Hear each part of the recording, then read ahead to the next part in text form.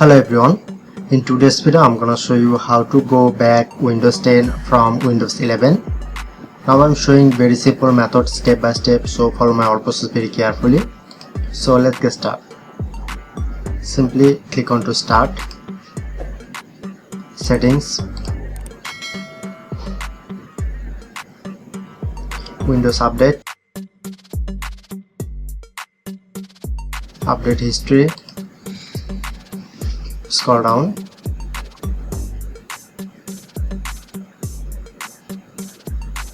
Recovery,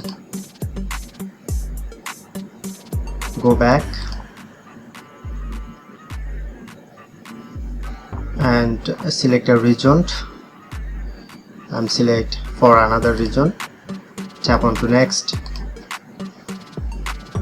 If you want to select check for update or no thanks, click on to next,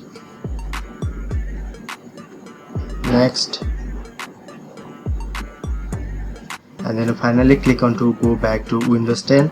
Then automatically process and restart this Windows. So that's it. That's how we can easily go back Windows 10 from Windows 11.